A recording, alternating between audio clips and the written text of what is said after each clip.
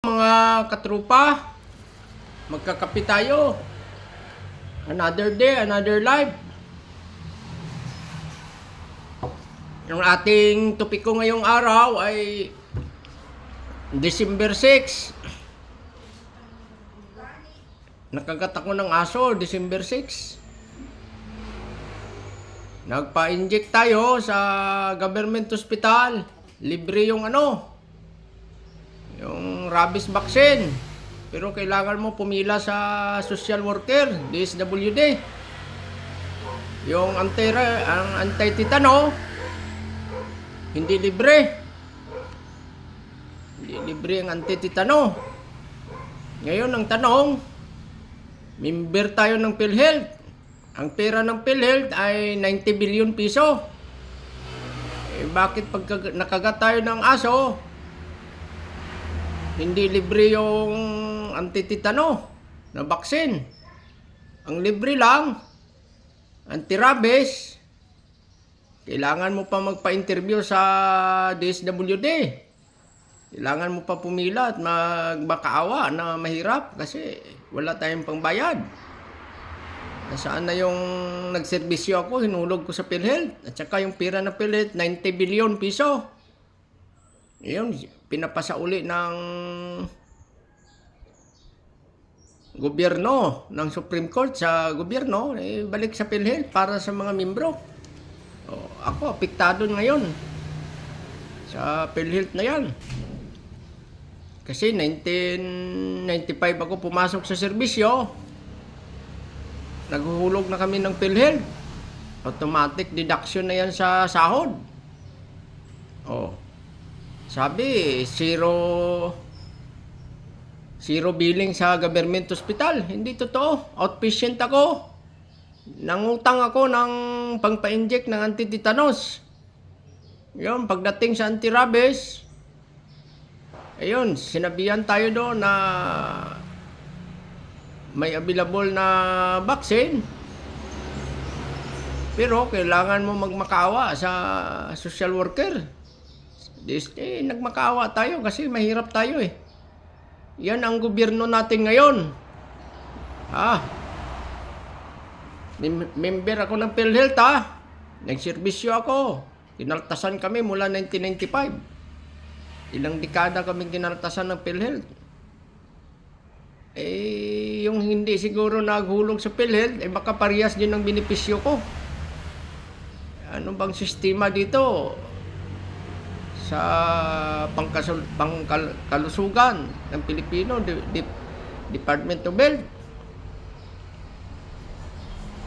Mukhang nagagalit na ako sa gobyerno pag ganito ang sistema natin. Pag wala kang pera nito, ay sigurado hindi ako na-vaccine. Ngayon, babalik pa ako, 2 balik pa. Sa Pitsa 11 at saka sa Pitsa 15. Ngayon, ang tanong, pag hindi na libre ng anti-rabies vaccine, mangungutang tayo. Buti kung may magpautang sa atin. Sa ngayong panahon, kahit kamag-anak mo, kaibigan, wala kang kamag-anak, kaibigan, pa wala ka pera. Kahit emergency, mamatay ka, halos wala mo pautang. Kita mo yan. Wala mapautang. Kahit emergency. Pag wala ka pera, hindi maturukan. Hindi maturukan ng anti-tetano kung hindi ako nagbili ng 1,350. Na 2 tusok yan ng ringgit. 2 tusok ng rabies. Kabilaan ng balikat. 1,300 plus din yan. Buti, na libre. Pumipila kami doon. Mga mahirap. Kasama ako kasi mahirap ako. Buti meron. Ang sabi, sunod na vaccine. December 11, bes. Pag wala, bibili kami. Paano yan? Kaya wala pira. Tapos paano yan? Naghulog ako ng PhilHealth 1995 pa. Sa pala, hinulog ko na lang yun sa bangko para pag nakagat ako ng aso, may kuko sa bangko, pangpaik. Palpak yung PhilHealth Pilipinas. Yan ang sabi ko sa inyo, palpak. Yung pag-implement. Idagdag na yung PCDD namin. PNP members having complete disability discharge. 2019 September pa, tinanggal yung aming allowance sa Napolcom, pangbili ng gamot, pangpasikap sa doktor. Oh, sana kasama, pasok yan dyan. Nakagata ko, dapat pasok yung benepisyo dyan ng PNP CDD. Binigyan ng Presidente Marcos, yung nag-iisang Philippine Army, ay yung military CDD, ay magandang benepisyo nila. Double pay sila. Oh, naunang nagprofesional ang PNP. Pero tingnan nyo, yung military na nahuli naging profesional, magandang benepisyo. Double pay sila. Kami sa PNP. Oh, watch out. Pag imbisahan nyo yung PNP at sa mga ordinaryong tao, yung CDD sa PNP, tinanggal ang aming monthly allowance sa com. Mula 2019 pa, September. Nanakaw kami sa korte niyan, hindi binalik. Oh, kung matino kang presidente, i-review mo yan. Hindi salita, gawin mo. Kawawa kami, daming namamatay. Hindi magbili ng medicine. Hindi makapatsikap. Katulad sa akin. 10,000 lang ang natatanggap ko sa gobyerno. Oh, elite force ako. Nagsilbi ako, sub commando. Presidential Guard. Daming mga unit na matitindi ang sinugal ko sa buhay. 10,000 lang ang natatanggap ko sa gobyerno bawat buwan. Oh.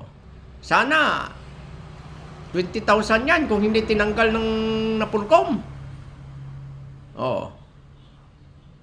Eh maganda pang military sa PNP pagdating sa CDD. Ngayon nagsisi ako, dapat sa military ako pumasok noon. Nung na-disable ako, sana ay magandang benepisyo ko ngayon kung sa sundalo ako pumasok. Oh, kaya ngayon mga membro ng PNP na bago, magdahan-dahan kayo sa serbisyo nyo. Pag wala pa kayo 20 years, natsugi kayo.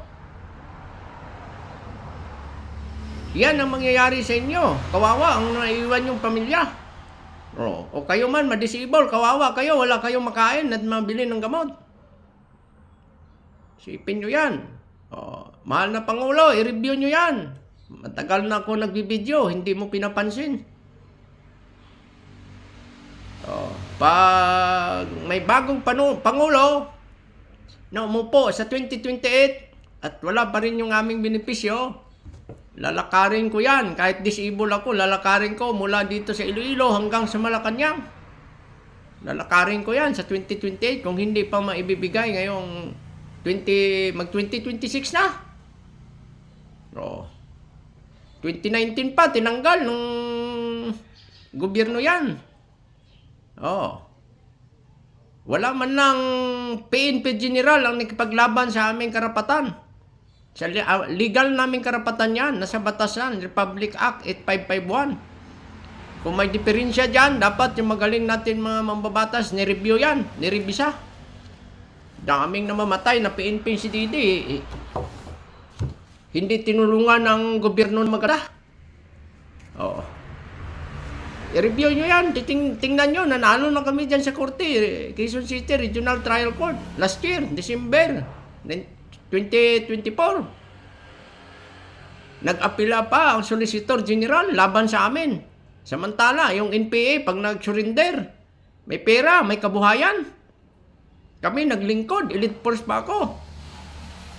Hindi binigyan ng kabuhayan ng gobyerno. Walang scholarship mga anak ko. Oh, nung pumunta ako noon sa Napolcom, sabi, mamatay muna ako bago bigyan ng scholarship. Oh. Ngayon, yung mga kasamahan ko namatay na rin, the line of duty, serving below 20 years, hindi rin nabigyan ng scholarship. Pero bilyon-bilyon pera sa gobyerno, ninanakaw lang. Oh, watch out! Galit ang Diyos sa inyo, mga korap na politiko sa Pilipinas.